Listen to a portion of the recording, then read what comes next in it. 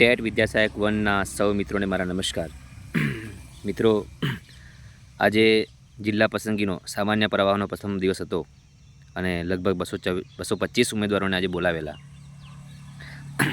હમણાં કેટલાક સમાચાર મળ્યા કે જેની અંદર આપણને દુઃખ થાય સાંભળીને કે એવા ઘણા ઉમેદવારો છે જે ટોપર છે, એવા ઉમેદવારો કે જે સારી નોકરીઓ કરતા આવ્યા છે, કરી રહ્યા છે.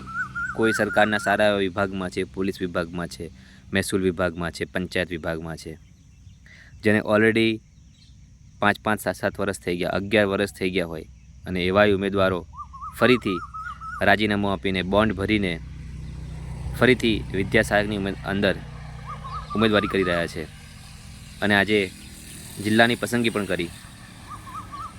ત્યારે દુઃખ થાય કે આવું શા માટે કરવામાં આવે છે. તમને તમારા ઈષ્ટદેવની કૃપાથી, આશીર્વાદથી એક સારી નોકરી મળી છે, તમારી મહેનતથી જે તે સમયે સારી નોકરી મળી ચૂકી છે, છતાં પણ અને એની અંદર આટલા વર્ષો કાઢ્યા પછી તમે ફૂલ પગારમાં આવી ગયા છો, સારો એવો અનુભવ ધરાવો છો, નોકરીની જગ્યામાં ખૂબ સારી રીતના સેટ થઈ ચૂક્યા છો, છતાં પણ તમે ફરીથી આજે કૂદકો મારો છો તો કાંઈ વાંધો નથી, પણ તમને ખ્યાલ હોવો જોઈએ કે આ ભરતીની અંદર તમારા એકના કારણે કોઈ એક ઉમેદવારનું ભવિષ્ય રજળી પડવાનું છે. જે તે સમયે તમે તમારી મહેનતના દમથી તો નોકરી લાગ્યા છો, પણ તમારી પાછળવાળો કદાચ મેરિટવાળો હશે, એ તમે નોકરી જગ્યાની પસંદગી કરી એટલે એને નોકરી નહીં મળી હોય. આજે ફરીથી તમે વિદ્યાસહાયકની અંદર ફરીથી આવ્યા અને તમારા કારણે તમારી પાછળનો એક ઉમેદવાર ફરીથી નહીં લાગે. આનો મતલબ કે તમે તો નોકરીના હકદાર છો, દાવેદાર છો, તમે સ્વીકારો છો, સારી વાત છે, પરંતુ એ તો વિચારો મિત્રો કે તમારા કારણે 2 ઉમેદવારોની જિંદગી, આખા પરિવારની જિંદગી અટકી જાય છે. અને શિક્ષકની નોકરીમાં આટલો સ્વાર્થપણું એ કેટલી હદે યોગ્ય છે.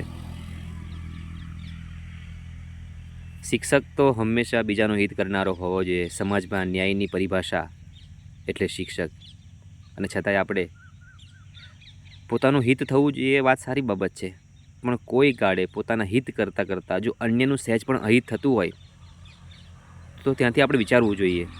એકવાર તો આપણે વિચાર કરવો જોઈએ. આપણે જે તે સમયે નોકરી સ્વીકારી લઈએ છીએ, તમને ખબર છે કે મારો જિલ્લો નથી મળ્યો, છતાં એ સમયે આપણે નોકરી સ્વીકાર લઈએ છીએ અને ફરી ભરતી આવે એટલે ફરી આપણે પાછા પોતાના વતનમાં આવવા માટે કે વતનની નજીકના જિલ્લામાં આવવા માટે ફરી પાછો બોન્ડ ભરી રાજીનામું મૂકી અને ફરી પાછા આવી જઈએ છીએ. તો આ કેટલું હદે યોગ્ય છે. મિત્રો, આવું ના કરો.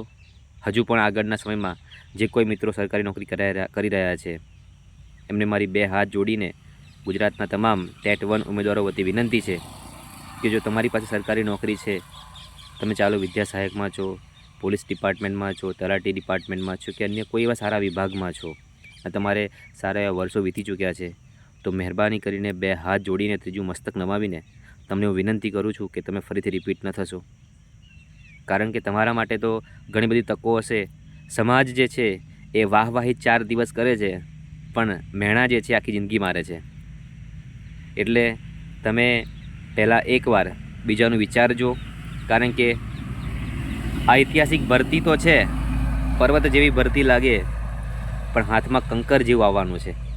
એટલે સમજી વિચારીને ખાસ હજુ પણ કહું છું, જે લોકો સરકારી નોકરી કરે છે એવા લોકોને ખાસ મારી 2 હાથ જોડીને વિનંતી છે કે મહેરબાની કરીને એકવાર બીજા કોઈનું વિચારજો અને ઉમેદવારી જો બની શકે જિલ્લા પસંદગીમાં તો ન આવશો, એ મારી તમને હાથ જોડીને વિનંતી છે. હું કોઈને બંધન કરતા નથી, હું કોઈને ફરજ નથી પાડતો, તમારો અધિકાર છે, તમારો હક છે, પરંતુ એક મિત્ર તરીકે તમને હું વિનંતી કરું છું.